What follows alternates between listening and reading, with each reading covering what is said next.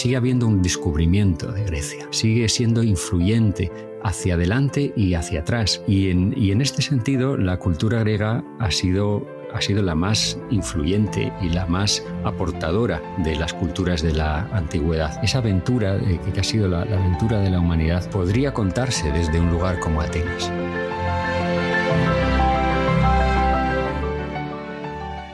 Hola a todos, mi nombre es Julián Duque y les doy la bienvenida a Legado Travesías Culturales. Este es un podcast donde viajaremos a través del tiempo para descubrir las historias, los personajes y las memorias que han dado forma a nuestro mundo. Cada semana, junto a expertos e investigadores, vamos a explorar cómo el pasado sigue vivo en el presente. Hablaremos, por ejemplo, de civilizaciones, de historias inéditas, incluso, por ejemplo, de conflictos que se han desarrollado por todo el globo.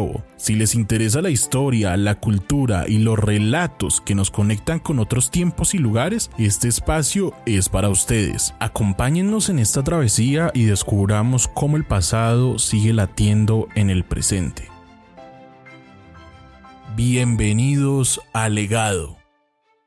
Hola a todos y sean nuevamente bienvenidos a otro de nuestros episodios. Otra vez aquí en Legado, Travesías Culturales, y es que hoy vamos a hablar de la civilización occidental, por decirlo así, una de sus cunas, la Grecia clásica. Los griegos vivieron a lo largo del mar Egeo entre la actual Grecia y Turquía, y alrededor de esta cultura se han cimentado grandes discursos de la historia. Solo por nombrar alguno, podemos mencionar el Renacimiento. Y para profundizar un poco más de la historia de Grecia, hemos tenido el placer de poder concretar una cita con Pedro Laya, uno de los helenistas con mayor recorrido en habla hispana. Hola Pedro, y es un placer saludarte. Buenos días Julián, desde Atenas. Pedro, en verdad mil gracias por acompañarnos en el día de hoy y te voy a presentar brevemente con nuestra audiencia para que ellos te conozcan un poco mejor. Para quienes quizá no conocen a Pedro, él es español y desde hace más de 30 años está radicado en Atenas. Allí se ha dedicado a estudiar diversos aspectos de la cultura griega y helenística, y para mí él representa lo que es ser un humanista en toda regla, pues no solo sus intereses de investigación son muy diversos, sino que también sus profesiones son demasiado diversas, puesto que Pedro, tú has sido escritor, mismamente investigador, traductor y hasta cineasta. Entonces para mí tú eres un humanista en toda regla. Muchas gracias. Bueno, son todas esas actividades, yo las diría más actividades que profesiones, aunque también han sido profesiones en mi caso, son en realidad vasos comunicantes entre sí, son formas diferentes de tratar una materia común en la mayoría de los casos. He sido profesor muchos años, más de 20 años, he sido profesor también de distintas materias y en el fondo pues eso, todos son vasos que comunican. Por supuesto, Pedro. Entonces, en verdad, mil gracias por acompañarnos en el día de hoy y para iniciar quisiera que me contaras un poco, Pedro, de cómo nace tu interés por la historia y la cultura griega. Bueno, pues muchas gracias a vosotros en principio por el interés en todos estos temas y por la entrevista. Y en mi caso yo creo que el interés por la cultura griega nace de una manera paulatina, como suele pasar en la mayoría de los casos de las personas que no somos griegos de origen, no hemos nacido en una familia griega, no hemos nacido en Grecia, pero sí nos sentimos todos de alguna forma herederos de esa cultura desde que empezamos a tener contacto con la cultura en general, con los distintos saberes, con nuestras diferentes tradiciones. Grecia siempre está ahí. Grecia siempre es un punto de referencia que suele aparecer pues en la primera página de todos los libros y suele aparecer en los primeros pasos que damos en cualquier disciplina. Con lo cual, para un occidental y no solo, pero fundamentalmente para alguien que nace en el contexto de la cultura occidental, encontrarse con Grecia es inevitable. Y bueno, en mi caso, pues lo que hice fue ir tirando de esos hilos que van apareciendo en distintos momentos. Pues cuando uno de niño empieza a conocer, pues por ejemplo, la tradición poética de su país, la tradición poética del siglo de oro en España, sin ir más lejos, está llena de referencias a Grecia. No se puede entender sin referencias referencias a la mitología, lo mismo que la pintura, por ejemplo, o las artes plásticas, el teatro, en fin, cualquier tema al que la ciencia, por supuesto, cualquier tema al que nos acerquemos, pues nos va a sorprender con referencias a Grecia y que van incrementando la demanda de ese conocimiento, que nos van haciendo pensar que si nos falta, pues nos falta algo importante, nos falta como una componente importante en nuestro universo de referencia, en nuestra cultura de base. Tirando pues de esos hilos, como digo, pues se fue poniendo en marcha este proceso de seducción, por así decirlo, de atracción por la cultura griega. Y lo que hice pues fue dejarme llevar, igual que suele hacer casi todo el mundo. Lo que puede ser un elemento diferenciador en mi caso es que eso me llevó también a Grecia, me llevó también al terreno, al contacto con la realidad actual de ese lugar, de ese país, de esa sociedad, de esa lengua, y que bueno, pues una vez más, siguiendo en ese proceso de exploración, pues ahí empezó a darse una mezcla de la evocación que yo traía, con el reconocimiento que encontraba en el lugar, o con el exotismo que encontraba, o con digamos, con el contraste ante mis expectativas. En fin, todo ese mecanismo se fue poniendo en marcha y fue convirtiéndose en un proceso muy largo y duradero, que en mi caso dura más de 40 años ya, desde que yo vine por primera vez a Grecia con 18, pues han pasado más de 40 años y bueno, pues es un proceso, por así decirlo, del que ya no he podido librarme. La diferencia, como decía antes, estriba probablemente en que yo he seguido ese camino del helenismo, no para dedicarme a él en la distancia, como suele ser lo habitual, sino para dedicarme a él in situ, para dedicarme a él en contacto con la lengua, en contacto con los lugares que han sido para mí muy importantes y muy influyentes en mi obra, en contacto con esa sociedad, con la realidad del momento, tratando de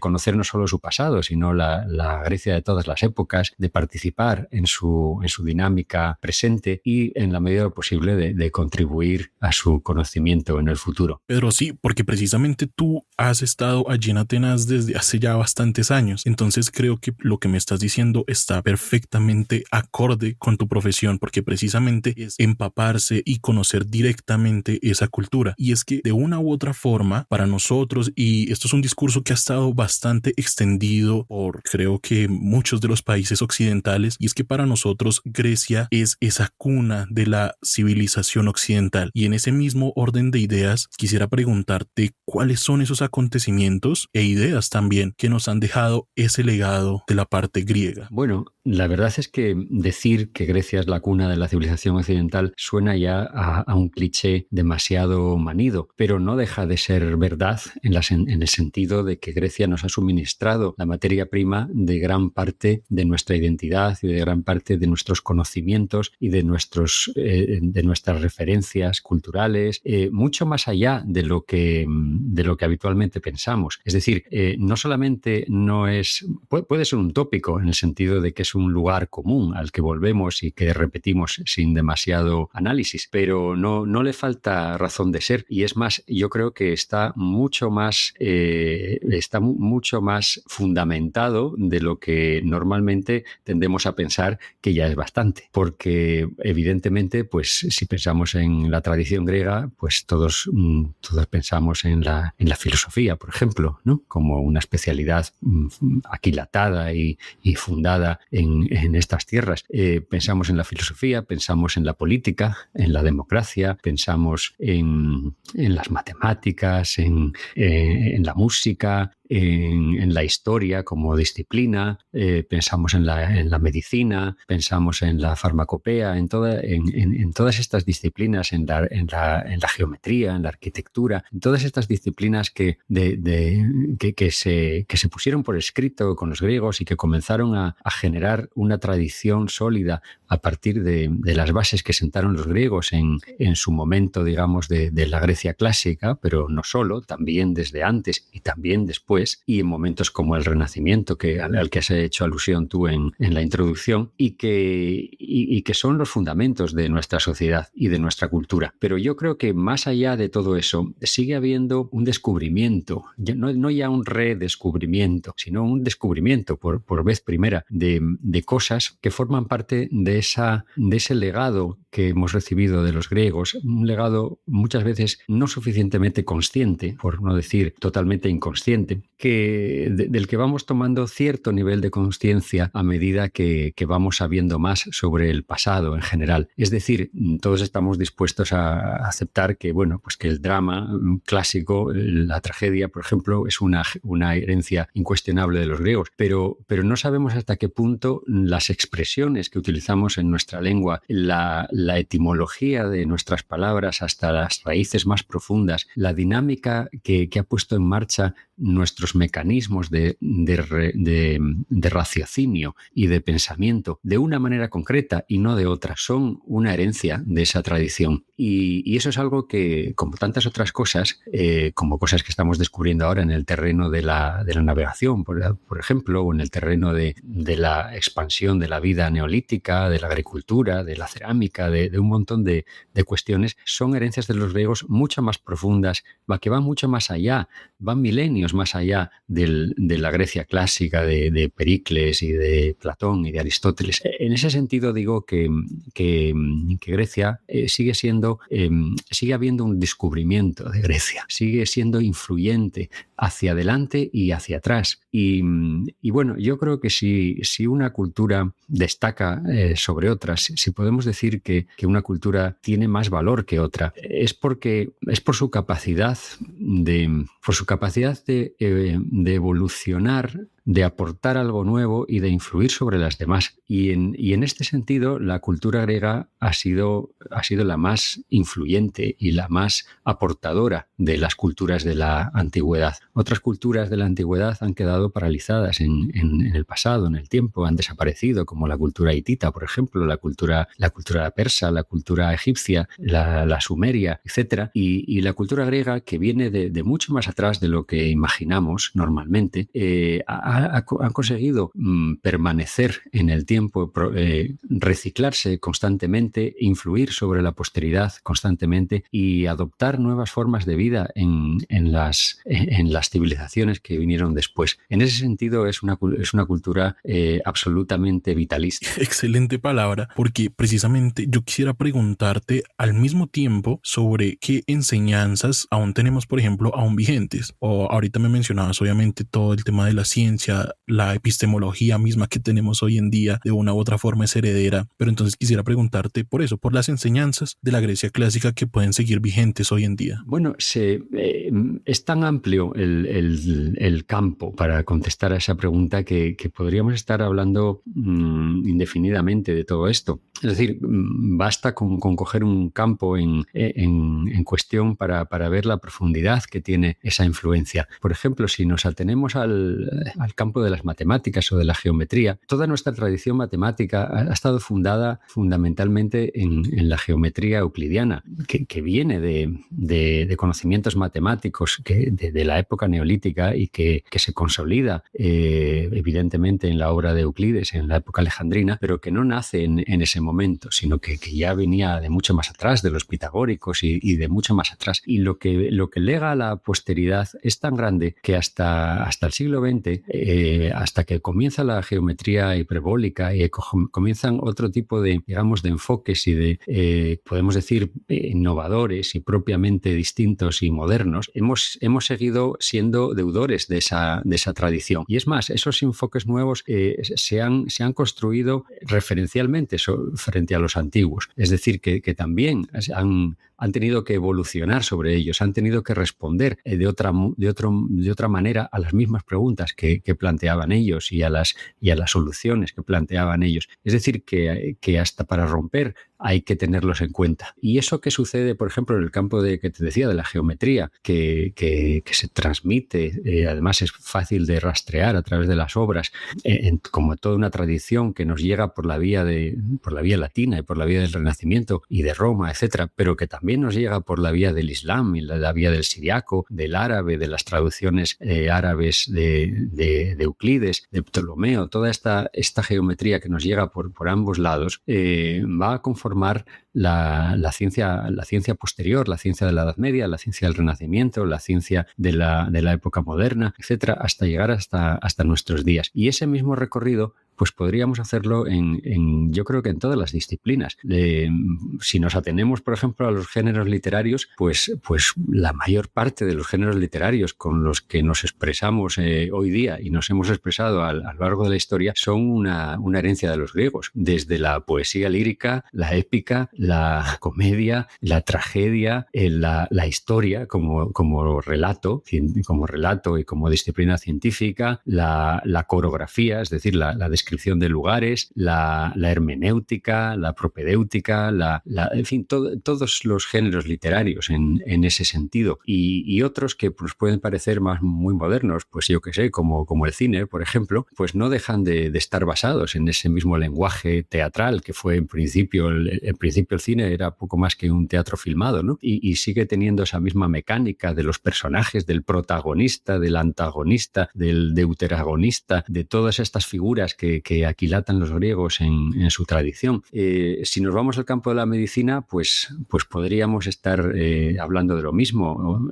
Prácticamente hasta épocas muy recientes la historia de la medicina y la historia de la farmacopea no ha sido más que la historia de la reinterpretación, del estudio, de la traducción de un puñado de obras que ya habían sido fraguadas y formuladas en la época del clasicismo griego y que dieron origen al corpus hipocrático y que dieron origen a la materia médica de Dioscórides y a todas estas grandes obras que después influirán sobre la posteridad, influirán sobre Andrea Vesalio, por ejemplo, en el Renacimiento, se reformularán constantemente, incluso a veces que nos parece que llegamos a rupturas, ¿no? A giros copernicanos, por ejemplo, como el que dieron Copérnico y Kepler con su teoría heliocéntrica, pues hoy sabemos que estaba basada plenamente, que está robada realmente de los escritos de Aristarco de Samos, a los que tuvo acceso Copérnico y que se remontan al siglo IV antes de Cristo. Es decir, a veces no sabemos hasta qué punto somos deudores de esta tradición. Lo sabemos que somos deudores en un alto grado, pero nos sorprendemos todavía cada vez que seguimos escarbando en el pasado. Y es que escarbar en el pasado es algo que nos permite precisamente a nosotros mismos conocernos hoy en día, ¿no? Es algo que nos vuelve a situar en nuestro contexto histórico de una u otra forma. Exactamente. La historia nos ayuda a conocer las causas de las cosas y para saber por qué pasan las cosas, por qué hemos llegado hasta aquí, por qué las cosas son como son y no son de otra manera distinta, pues tenemos que conocer los procesos por los cuales han llegado a ser así. Y eso no es más que el conocimiento de la historia. El conocimiento de la historia, por otro lado, tampoco es una realidad enormemente sólida y compacta. Es más bien una realidad fragmentaria, es un puzzle incompleto, es un proceso infieri que poco a poco es una imagen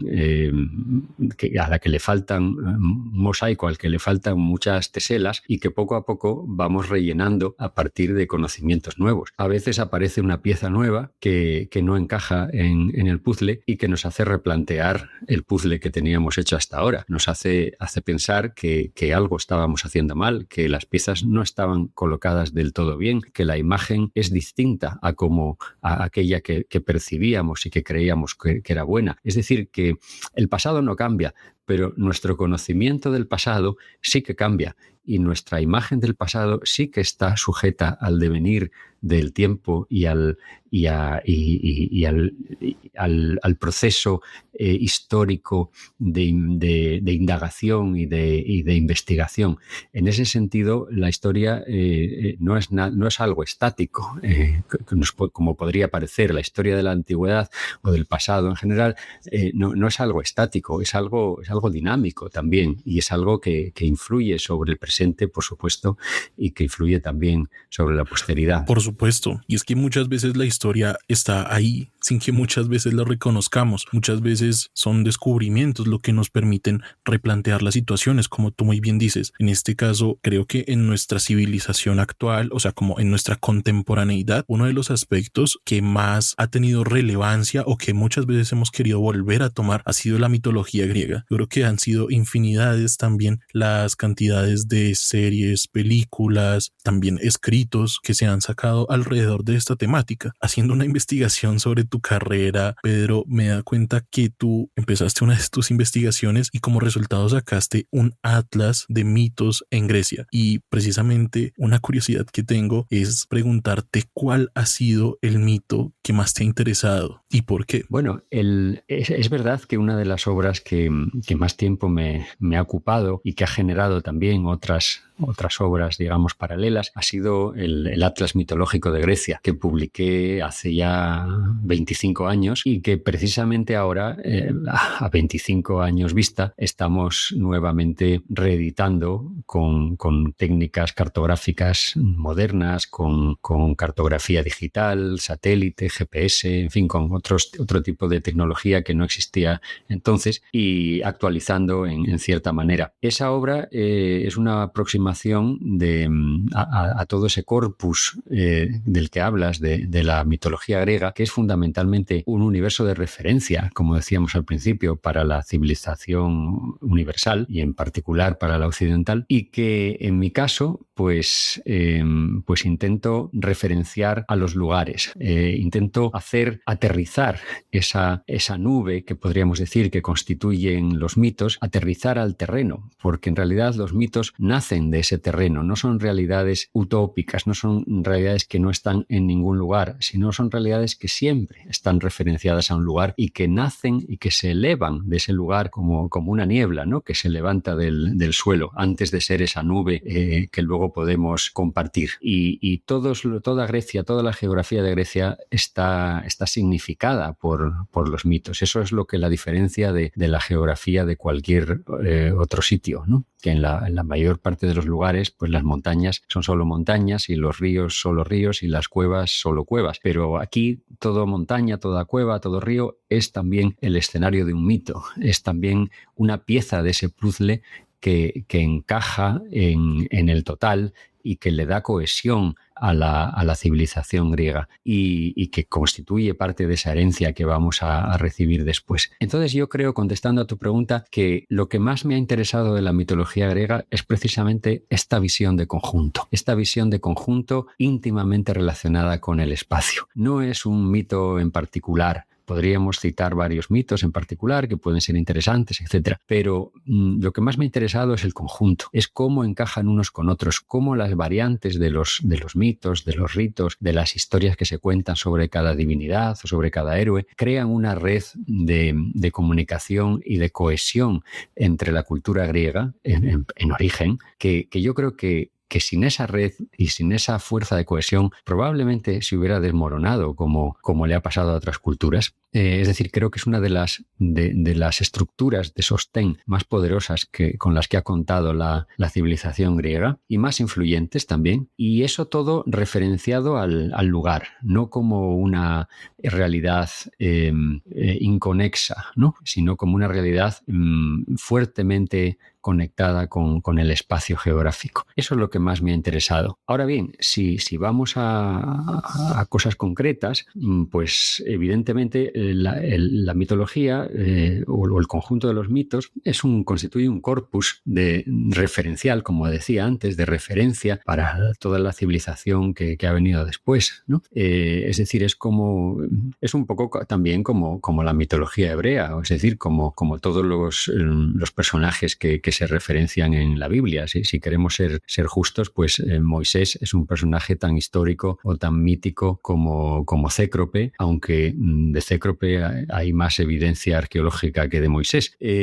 Pero quiero decir que estos mundos de referencia, el judío, el hebreo, bíblico, por un lado, y el grecolatino, vamos a llamarlo así, de la mitología griega, pero también la latina como una variante, una versión, pues han configurado dos elementos, dos mundos paralelos de referencia que los encontramos en el arte, los encontramos en la literatura, los encontramos en el pensamiento, en todo tipo de metáforas, en fin, ya no es necesario abundar sobre esto. Pero aparte de ser ese mundo de referencia, la mitología o los mitos constituyen un acervo importantísimo porque son las historias más antiguas de la civilización, son las memorias más antiguas de la civilización. Memorias, lo digo en un sentido literal, en el sentido de recordar, de mantener despierto y mantener la consciencia de algo que sucedió en épocas remotas ya para los antiguos griegos mitógrafos que recogieron esas historias y que les dieron una forma que será la forma con la que pasen a la posteridad y con la que las conozcamos, ¿no? Es decir, ya para Apolodoro, por ejemplo, que recoge en su famosa biblioteca, pues intenta sistematizar las casas de las familias de los héroes y los mitos y los dioses y hacer una especie de corpus organizado mitológico, pues ya esas historias eran fragmentarias, ya muchas de ellas no las entendían. Ya por eso los griegos de época clásica y posterior no solo fueron los primeros compiladores de todos esos mitos, sino que también fueron sus primeros críticos y fueron sus primeros hermeneutas, ¿no? Y exégetas de esas historias. Es decir, no se gestaron propiamente dentro de su momento y de su civilización, sino que pertenecen a un pasado que para ellos en muchos casos era ya lejano y brumoso. Entonces, el hecho de que se hayan conservado, aunque sea de forma fragmentaria, y de que se hayan conservado esas noticias, esos destellos de información que muchas veces han sido leídos de manera alegórica, han sido leídos de manera histórica, de manera política, de manera moral, con criterios morales, por ejemplo, etcétera. Hoy los podemos leer también de otras maneras y podemos detectar información que tiene que ver con el pasado de épocas muy remotas en esas mismas historias y que nos dan conciencia de que ahora que tenemos herramientas para conocer cómo era, por ejemplo, la geografía de épocas remotas, cómo estaba el nivel del mar, cómo estaban las tierras, cómo ha sido la historia geológica del planeta, por ejemplo, pues podemos descubrir que los mitos, que en gran medida cuentan historias sobre cambios geológicos y sobre avatares de esta índole, pues evidencian ser la conciencia de hechos sucedidos en épocas muy remotas. Y cuando digo épocas muy remotas me refiero incluso al Paleolítico superior y al Mesolítico y a épocas hace 10 o 12.000 años. Sabemos que han sucedido cosas, como por ejemplo el desbordamiento del Mar Negro hacia el Mar Egeo, que dejan su huella en los mitos, ¿no? Dejan huella, por ejemplo, en el mito del cataclismo de Dárdano. Y esto nos hace ver que esas historias son, como te digo, en efecto, las memorias más antiguas que conservamos de la civilización y que nos brindan unas informaciones que no hemos sido capaces de leer porque no teníamos la luz con la que iluminarlas, no teníamos otras herramientas que nos puedan llevar a pruebas concluyentes. Y es decir, y creo que por eso conviene conservarlos en su forma íntegra y tal cual los conocemos, aunque nos parezcan, digamos, a veces historias un tanto absurdas o un tanto fantasiosas, porque quién sabe si un día no arrojarán nueva luz sobre estadios del pasado que ahora no conozcamos, ¿no? Entonces son en gran medida, aparte de ya ese universo de referencias que inspirador para el arte, para el pensamiento, para la cultura en general, son también memorias históricas que creo que archivos, por así decirlo, históricos que guardan esas informaciones de otras épocas y que a la vez dan testimonio de la continuidad de la cultura y de la transmisión de la cultura, pese a todos los avatares de la historia y a todos los cambios, incluso lingüísticos, que se han dado en estas latitudes, que evidencian que nunca ha habido una interrupción de esa transmisión, que han llegado boca a boca historias que vienen de muy lejos. Yo creo que eso es lo que más me fascina de los mitos. Pedro, ¿y nosotros cómo podemos acercarnos a esos mitos para conocer un poco mejor de esa realidad griega a la que pues de una u otra forma no tenemos acceso muchas veces? ¿Cómo podemos conocer esa realidad griega antigua a partir de los mitos? ¿Cómo es ese proceso? Hombre, yo creo que hay muchas formas de alejarse, de acercarse. Yo creo que cada uno tiene que elegir aquella que más le seduzca en cada momento, ¿no? Supongo que para un niño, pues a lo mejor la más interesante pues son las versiones pues infantiles de los mitos, ¿no? De esas películas que se hacen sobre los mitos o los cuentos que hay simplificando los mitos, las historias de Heracles, por ejemplo, de Hércules, ¿no? Las historias del Minotauro, de Creta. En cada edad, en cada momento, ¿no? Hay, digamos, vías diferentes. Otros, pues, en una edad mayor, pues a lo mejor les atrae los mitos como una serie como un repertorio de imágenes simbólicas, pues para interpretar comportamientos psicológicos y sociales, ¿no? Que es lo que hizo Freud en su momento, o Jung. En fin, a otros les atraerán como un universo de referencia, digamos, de citas y de guiños en el ámbito del arte, ¿no? Que pueda generar pues una especie de lecturas internas, intra obras, por así decirlo, de unas obras a otras, de unos autores a otros, y marcar una serie de códigos que sean reconocibles para quien domine ese universo de referencias.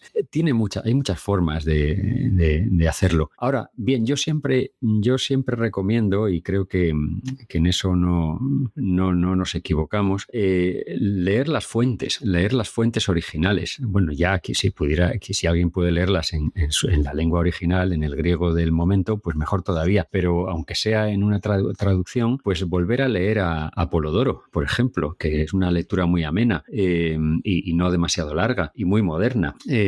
Volver a leer a Homero, volver a leer a Hesiodo, la Teogonía, los trabajos y los días. Volver a leer estas fuentes que nos han transmitido esas historias, porque solo leyendo las fuentes uno tiene la seguridad, tiene en cierto modo el temple y la seguridad de conocer en detalle lo que se dice, porque cuando conoces las historias a través de recreaciones y a través de otras transmisores que han cogido esa información y la han servido a su manera, pues nunca puedes estar seguro de lo que es de cosecha propia o de lo que viene de atrás realmente, ¿no? Entonces, cuando uno se acerca a leer las fuentes, tiene la sensación de estar visitando otra vez el estado prístino de toda esa materia, de saber realmente, de conocer realmente los detalles, de saber lo que se dijo y lo que no se dijo. Y es muy fácil después reconocer lo que es invención y lo que es creación individual, que puede estar muy bien, pero que no es la tradición, ¿no? Entonces, yo invito a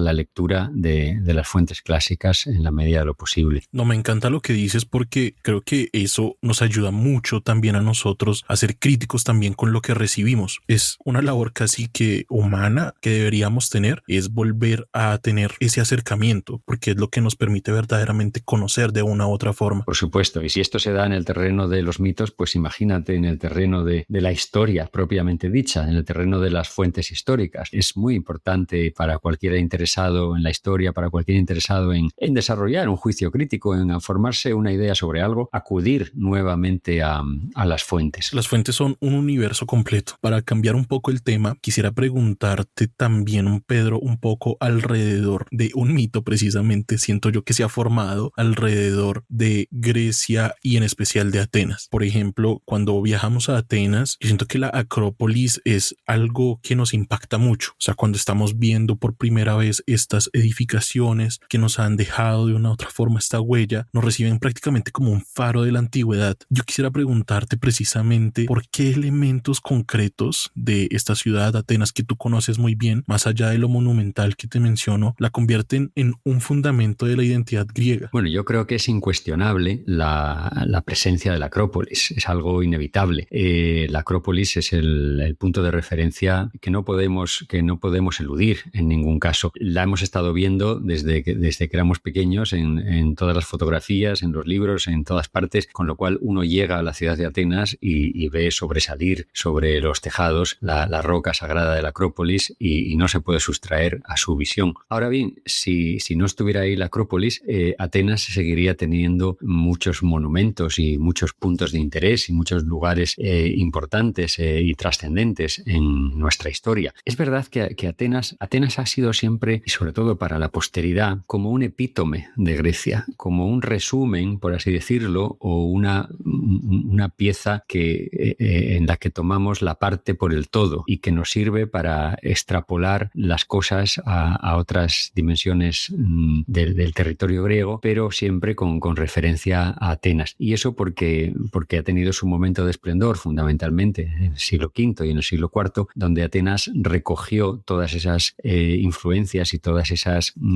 dinámicas que se habían estado creando en todo el espacio de influencia griega, en todo el espacio del Egeo, del que hablabas al principio, de Anatolia, de la península de Italiana, de Creta, del levante del Mediterráneo, de la península balcánica, etcétera. Todo ese mundo de influencia en algún momento cristaliza en la Atenas de la época clásica. Y eso se transmite a la posteridad como si fuera a través de un embudo, en cierto sentido, ¿no? Es decir, le da chorro, le da potencia, le da aúna toda esa tradición en un discurso articulado que es el que consigue fundamentalmente el clasicismo de esa época, que por eso es clásico, ¿no? Entonces, visto hacia atrás, pues nos encontramos que Atenas ha sido la cristalizadora de todo ese proceso. Y además, Atenas nos ha dejado, antes que hablábamos de las fuentes, Atenas nos ha dejado muchísimas fuentes para el estudio, no solamente fuentes literarias,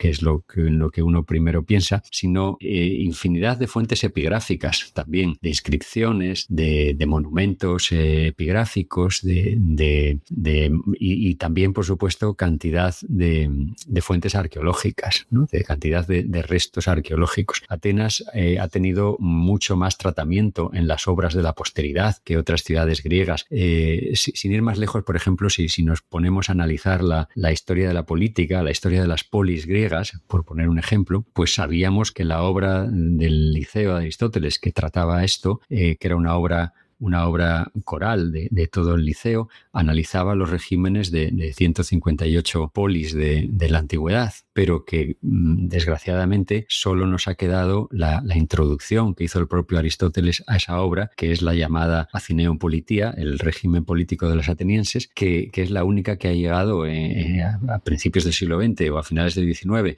en unos papiros a nuestro conocimiento, y que nos da un conocimiento fragmentario, pero mucho más consistente de lo que era la democracia ateniense que de lo que era la democracia en el resto de las polis griegas. Entonces, Atenas ha eclipsado en gran medida al resto de Grecia ya en su momento y, por supuesto, en la posteridad. Todo eso hace que Atenas siga siendo ese faro y ese foco de referencia del que hablabas, y que la Acrópolis pues sea pues lo más emblemático de todo eso. Pero yo creo que si vamos también más allá de la Acrópolis, pues mira, por ejemplo, podríamos visitar la colina de Pnyx, que es donde se reunía la democracia y si la asamblea. Y si la democracia tiene un lugar de nacimiento o un escenario emblemático, es fundamentalmente esa colina desnuda de las rocas de Pnyx, desde la que se ve la mejor vista de la Acrópolis. Y por supuesto también el Ágora de Atenas sería el segundo gran escenario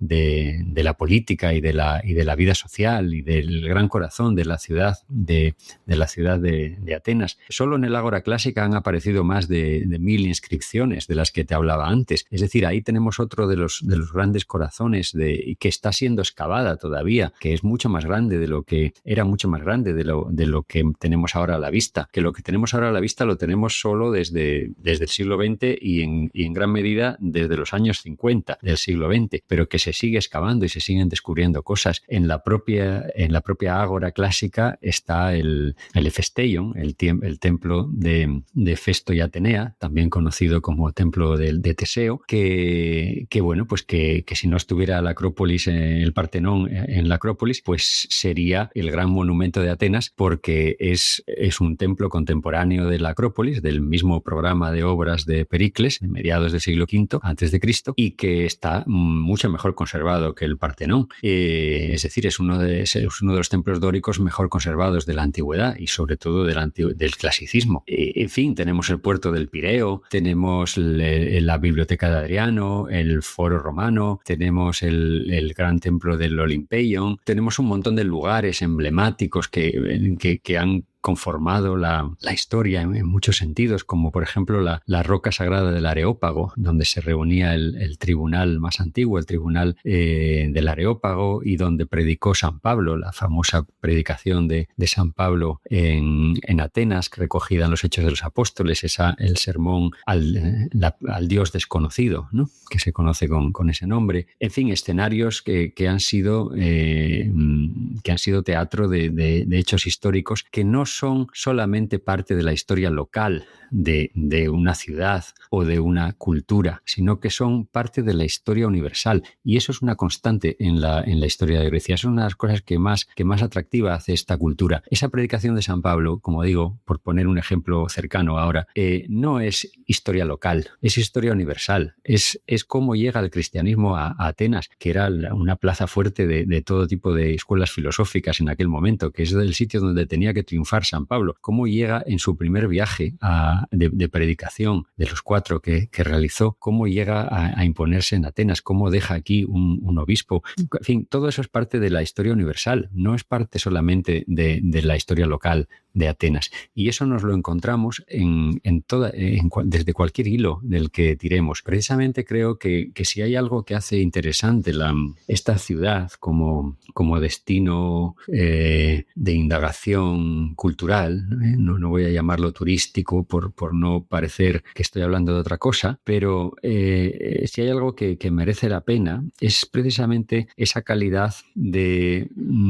lugar donde se superponen infinidad de estratos. Es un solar, por así decirlo, que ha estado habitado desde las raíces más profundas del Neolítico, por no decir desde antes, porque también se han encontrado restos paleolíticos antiquísimos, anteriores al Homo sapiens incluso. Pero bueno, pongamos que es un sitio que ha estado habitado desde siempre, y ha estado habitado desde siempre y ha dejado huellas en todo momento, y son estratos construidos unos encima de otros y que nos dan que nos dan ese epítome, como decía al principio, ese resumen, esa cala en la historia de la humanidad, en la historia del hombre como un ser en busca de identidad, de valores, de sentido. Esa aventura que ha sido la aventura de la humanidad podría contarse desde un lugar como Atenas. Pero creo que una de las tareas que nosotros debemos hacer, si en algún momento tenemos la oportunidad de ir a esta ciudad o a alguna ciudad griega, es aprender, por decirlo así, a leer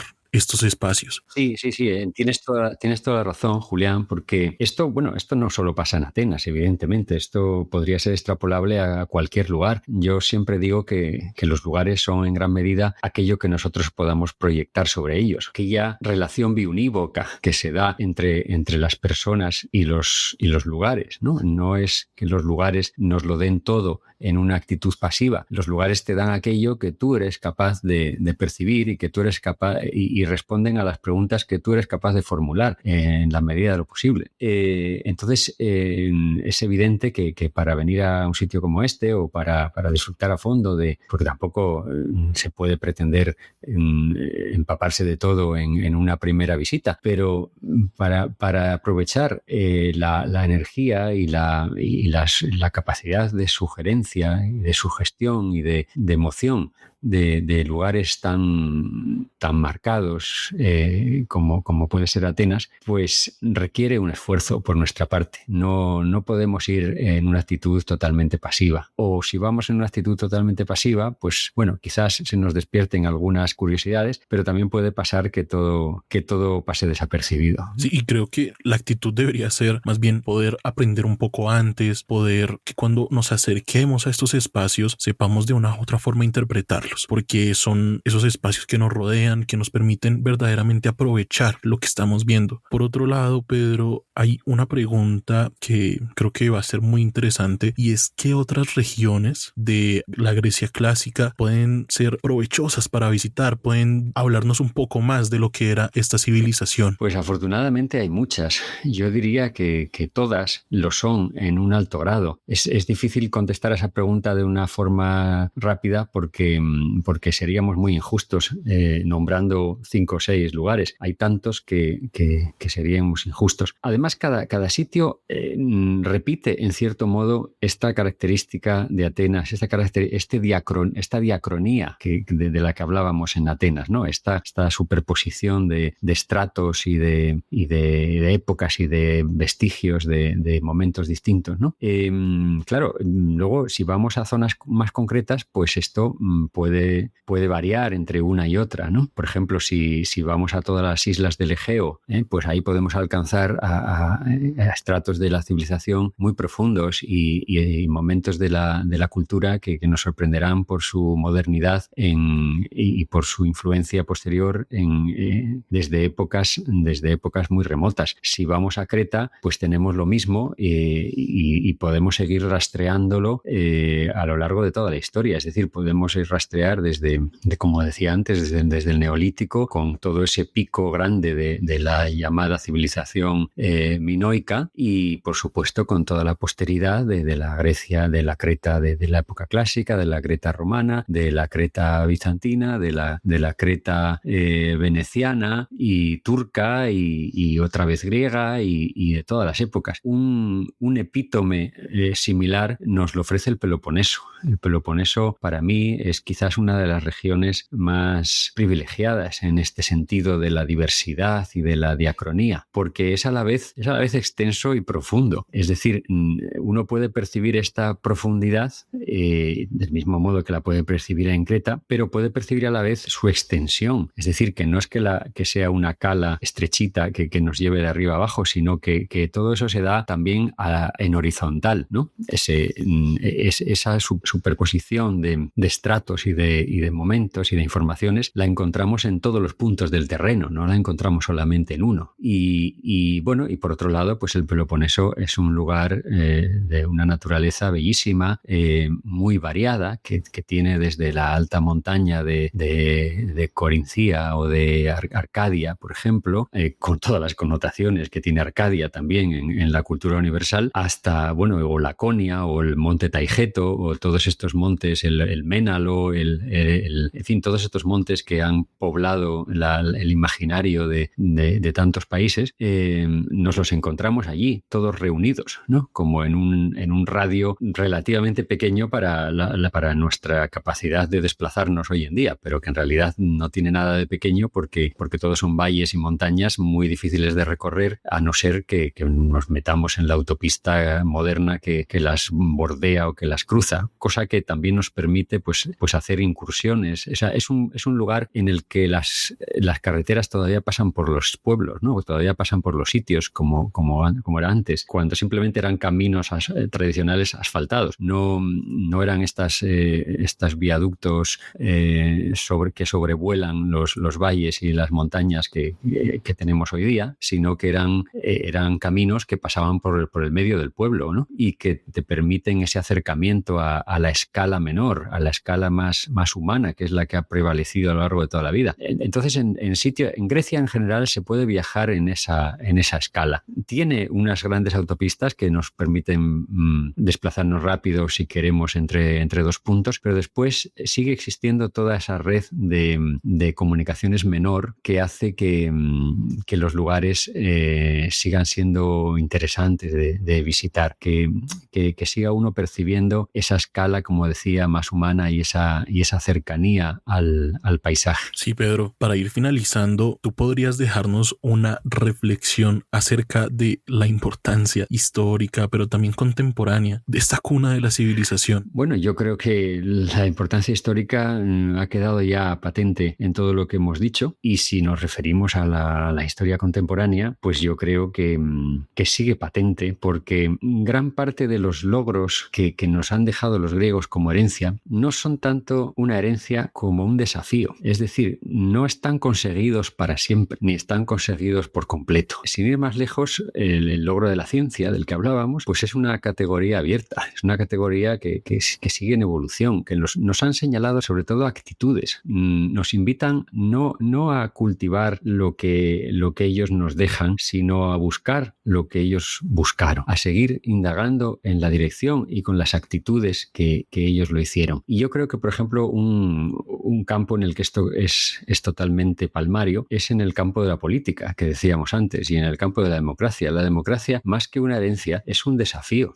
Nunca ha existido ni existe actualmente una democracia tan rotunda y tan exitosa, con todas las deficiencias que se quieran señalar, como lo fue en su día la democracia de las polis griegas, en el sentido de que era una forma de organización de la sociedad en la que la opinión de cada ciudadano tenía verdadero peso político, en la que cada ciudadano era coautor de las propias leyes con las que se gobernaba, era el que realmente era el portador de la esencia política de la sociedad, el que ejercía la política de forma directa en las asambleas y en los tribunales. Es decir, todos los retos que en aquellos momentos consiguieron en la medida de lo posible y en la medida de sus dimensiones, en una medida muchísimo más exitosa y más alta de lo que ha conseguido la posteridad, incluyéndonos a nosotros, constituyen todavía una categoría abierta, constituyen todavía un desafío. No son en absoluto reliquias del pasado que haya que venir a venerar y haya que venir a decir que bien lo hicieron y que gracias a ellos tenemos esto que tenemos ahora. No,